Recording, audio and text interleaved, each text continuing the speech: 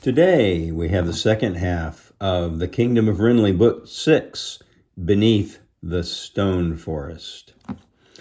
And last time we read chapters 1 through 5. And remember what happened in chapters 1 through 5. We have Lucas and Clara and Princess Arabella, that's her right there, who they call Bella, and her dog Percy. I don't see Percy in this picture for some reason. Percy anywhere? I don't see Percy. Where's Percy? Anyway, they've gone to the stone forest because Clara has to do a report. And it's due in a week, and she's there with Lucas to have an adventure, and Bella has to come along. So let's go to chapter 6. They have just met one of the gnomes, and the gnome, let me find it here. The gnome's name is Pillwinkle. That's Pillwinkle there. So they show up, and the gnome says, only one rule here, you can't go underneath the stone forest unless you have a gnome as a guide, otherwise you might get lost. And everybody wants to go under the stone forest because that's where the gems are. Here we go. Chapter 6, Tinker's Tower. Bella caught up with the rest of the group and teetered on the uneven ground. Pillwinkle reached out and steadied the princess. Chapter 6. But when Bella saw his dirty hands and grimy nails, she shrank back in disgust. "Ooh, don't you dare touch me," she cried. "I'm going back to the carriage." Okay, we've already read this part, but I'm going to read it again just so you catch up. This is where Pillwinkle tried to help Bella, but he had dirty hands, and so she, being a princess and he's a gnome, she shrank away from him. She pulled back. She didn't want him to touch her, and so she went back to the carriage. So it says, then Bella picked up the folds of her gown and walked carefully toward the carriage. How embarrassing, thought Clara. She was glad Lucas didn't try to stop the princess, and the gnomes simply acted as if nothing had happened. "What can we do for you?" asked Pillwinkle. This time Lucas spoke up. "Clara has come to learn about the stone forest for a school project," he said. "The princess and I are along for the adventure, or at least I am." "We'd love to show you around," Pillwinkle said. "We only have one rule in the stone forest." Remember, I told you about the rule just a minute ago. "What is it?" asked Clara. "No one may enter the underground city without a guide," said Pillwinkle. "It's much too easy to get lost." Lucas and Clara both agreed to obey this rule. "Okay," said Pillwinkle cheerfully. "Follow me." So they set off and went down into the spires of the stone forest. First, they climbed up a winding stone staircase inside one of the towers. Ruskin's claws clicked over the stones. Going up over the stones. The higher they climbed, the more beautiful the view became. From one side of the tower, they saw farms rolling across the land like a colorful patchwork quilt. Cows grazed on patches of green. From the other side of the tower, they could see the island of Hobbsgrove. Around and around they swirled until they came to a sitting area at the top. They sat on a stone bench, and Pillwinkle pointed out some of the towers and arches. Here they are. See them? They're up at the very top there. They're way up high. "We just climbed Tinker's Tower," said Pillwinkle. "Over there are Alwyn's Arch and Sim's Steeple. Beyond that is Sprout's Spire. And the one with the turret is Pillwinkle's Peak." "How did you get a tower named after you?" asked Lucas. "Well, I guess you have to do something to help the community," Pillwinkle said. "And what have you done to receive such a great honor?" Lucas asked. Pillwinkle chuckled. I've been the chief gnome for more than 50 years, he said. When you've been in charge for that long, you get a tower named after you. It reminds me to be my best. Chapter 7, Damsel in Distress. Damsel means lady. So it's damsel, D-A-M-S-E-L, damsel in distress. Oh, look at Ruskin. He's sitting up on top looking down. Ruskin scampered to the edge of the tower and squawked.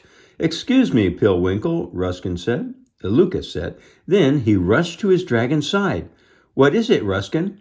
Clara and Pillwinkle joined them. They heard barking down below. Yip, yap, yip, yap.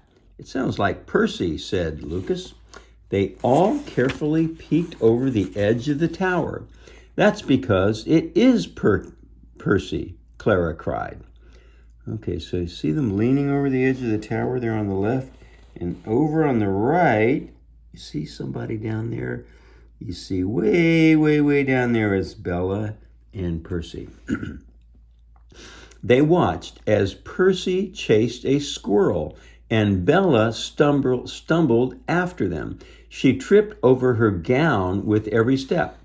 Percy, come back here, Bella shouted, but Percy bounded farther away. The squirrel jumped into a tunnel, and Percy scampered in after it. No, shrieked Bella. She cupped her hand over her mouth. She tottered toward the entrance to the tunnel. Help, she cried. Someone help me save Percy. Okay, she found a tunnel, and I bet she's tempted to go down there by herself, and that would break the one rule of the gnomes. So there she is. She's looking at the tunnel. There's the hind end of Percy, and let's see what happens now. Uh-oh, Pillwinkle said. The princess and her dog would get lost. We need to find them right away. Pillwinkle raced toward the stairs. Right behind you, Lucas cried. Ruskin scampered after Lucas. Oh, no, thought Clara as she ran after them. I hope nothing bad happens to Bella and Percy. Pillwinkle whistled at the bottom of the stone stairs. Lumbiddle, Wayrich, Dalfoodle. Those are the names of the other gnomes. Let me try those again. Lumbiddle, Wayrich, Dalfoodle. He shouted to his nearby fellow gnomes. We need your help. The princess and her little white dog have entered the underground without a guide. The three gnomes rushed toward Pillwinkle. Lumbiddle, grab the torches, Pillwinkle directed. He quickly got several torches from a wooden box and passed them around. This way, Pillwinkle shouted. Torches means like candles. See, the torches are in their hands. They're going to light them once they get inside so they can see, because they don't have any light in there. Chapter 8, Underground. Everyone followed Pillwinkle into the tunnel. Lumbiddle lit the torches one by one as they entered. The tunnel opened into a wide chamber and a busy marketplace. Gnomes sat on stone benches and at tables in front of the market. 4 tunnels went off in different directions from the main chamber. Okay. So there are 4 different tunnels going off in different directions. So that's how you could get lost. You go down one and you can't remember how to get back. Suddenly, Bella came running toward them. I can't find Percy, she cried. Don't worry, said Lucas, putting his arm around her. We'll find him. So this is the main room. There's a lot going on in this picture. I hope you can see it. This is the main room, and you have gnomes working in there. They're trying to find gems. And there we see on the right, we see Bella talking to one of the gnomes, and then we see Clara and Lucas. We see their backs. Let's split up, Pillwinkle said. Children and Ruskin, come with me. Everyone else take a separate tunnel. We'll meet back here. Okay, so they're going down all the different tunnels to look for the dog. Pillwinkle led the way down a stone staircase. "Percy," they called. "Here, Percy, come on, boy." The tunnel opened into a wide cavern. Jagged crystals covered the walls and ceiling like thousands of ice swords and icicles. The crystals shimmered in the torchlight. They walked along a stone path in the middle of the cavern. "It looks like a magical crystal palace," exclaimed Clara. Lucas and Bella turned around in a circle. The crystals swirled a rainbow of color. Pillwinkle stayed focused. "Percy," he called. "Come on, little puppy." Everyone listened for Percy's bark, but all they heard was a waterfall up ahead. Bella sniffled and wiped her eyes with a handkerchief. She's all sad. She's lost her dog. The children followed Pillwinkle across a long, beautiful bridge. Wow, that's the bridge. Hope you can see that. The waterfall thundered below them, and the tall walls around them sparkled with gemstones. Ruskin sniffed the trail like a bloodhound as they trekked along. He snorted in frustration. He didn't smell a trace of Percy. Then they entered another underground cavern. Pillwinkle called it the Den of Diamonds. Thousands of diamonds dotted the sides and the tops of the cavern, twinkling like stars at night. The children waved their torches in search of Percy. The light made the diamonds shine more brilliantly. Clara wanted to lie down and gaze at the starry gems, but they had no time to lose. "Percy," she called. "Percy, where are you?" Bella stared into the pool of water and began to cry. "What if my dog is lost forever?" Pillwinkle hurried over to Bella and put his arm around her. "Come on, princess," he said gently. "You must be strong for Percy. He needs you to find him." There on the right, we see Bella and Pillwinkle. Bella leaned on Pillwinkle. Her feet hurt from running in her good shoes, and her head hurt from crying. She no longer cared about his grubby hands and nails. Instead, she felt comforted by his kind words. So she's not being snooty anymore. She feels like she needs his help. Pillwinkle led Bella and the other children down another tunnel. They passed a gnome village by torchlight and lanterns. They called for Percy all along the way, but still there was no answer. They began to circle back to the main chamber. Ruskin sniffed the ground more eagerly as they went. Then he squawked loudly. "What is it, boy?" cried Lucas. "Do you smell Percy?" Ruskin kept sniffing. Pillwinkle, Clara, and the princess joined him. Pillwinkle examined the ground. "Paw prints," he cried. Ruskin smelled Percy, and now they see paw prints. "I don't see anything," said Bella, searching the ground. "Me either," agreed Lucas and Clara together. "Gnomes have great eyesight," said Pillwinkle. "Come on." The children and Ruskin followed Pillwinkle. Then the passageway stopped abruptly. "Oh no," wailed Bella. "A dead end." That's interesting. The paw prints went right up to the wall and then they stopped. It's just like in the dinosaur cave, isn't it? Very interesting. Ruskin kind of looks like a dinosaur too. Chapter 9. Oh, look at the picture. It looks like Ruskin found Percy. Chapter 9. Friends. That's the name of the chapter. Friends. Friends. Friends. But Ruskin continued to sniff the wall in front of him, so he's not giving up. Then he stood on his hind legs and whined. Tucked on a ledge sat Percy, shaking from head to tail. So he was at the top of the wall on a ledge. Pillwinkle carefully scooped Percy into his arms and handed him to Bella. "Percy, you're filthy," she scolded as she rocked her dog like a baby. "But I'm so glad to see you." Then Bella, with her own face smudged with dirt and tears, looked down at Pillwinkle. "I'm sorry I was mean to you," she said softly. The gnome smiled and patted Bella on the back. "I now realize that every member of the kingdom is as important as a royal," said Bella. "I'm glad I could help," he said. "You helped me too," Clara said. You've shown me one of the most beautiful lands in Wrenly. "And there's still so much more to see," Pillwinkle said. "There is?" questioned Clara. Pillwinkle grinned. "You have yet to see the River of Rubies."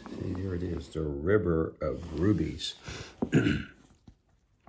There's also the Emerald Oasis and the Fountain of Sapphires. We even have the Pearly Gates, a cavern filled with freshwater pearls. After climbing out of the caverns, Clara crouched by a small stone stump. She could hardly take it all in. She wrote every detail on one of her animal hides. She listed the things she had seen and all of the things that she would see another time. Then she sat down and finished her sketches of the stone forest. "I'll bet you'll get the highest mark in your class," Bella said, watching over Clara's shoulder. Clara stopped sketching and looked at Bella. "You know what?" Clara said, smiling. "I think I'm beginning to like you." Bella blushed. "Thanks," she said. "You're not so bad either." Lucas looked at the girls and smiled. Then Ruskin squawked in approval. The girls giggled. Pillwinkle looked toward the hills. "You should all get going. The sun is setting, and I'm sure your parents all want you home before dark." Bella curtsied to Pillwinkle. "Thank you again," said the princess. "You are a really great friend." "Why, thank you, Bella," said Pillwinkle with a bow. "You know, good friends are more precious than all the gemstones here." The children said goodbye to Pillwinkle and walked toward the carriage. Bella carried Percy, and Ruskin scampered behind. They sat down in the carriage and looked at one another. "Oh, no," Lucas said. "What?" asked Bella. "Look at us," said Lucas. "We're a mess." They got dirt all over them. Smudges of dirt covered their faces and good clothes. "It's just a little dirt," said Bella. Then they all burst out laughing. Ha, ha, ha. Isn't that a nice ending for that adventure? But there's one chapter left. It's chapter 10, A Good Report. It looks like, see the picture? It looks like Clara is giving an oral report to her class of her visit to the stone forest. Clara stood in front of her class. She was the last one to give her geography report. "Sometimes the most beautiful place on earth is right under your nose," she began, "and I found that place. It's a place I had passed many times, and maybe you have too, but I had never been inside." Clara walked over to the map of Wrenly. "I visited the stone forest," she continued. "It is located to the southeast of Mermaid's Cove and overlooks Hobbsgrove on one side. This enchanted city was built entirely by gnomes over hundreds of years." Clara held up an animal hide to show her sketches of the stone forest.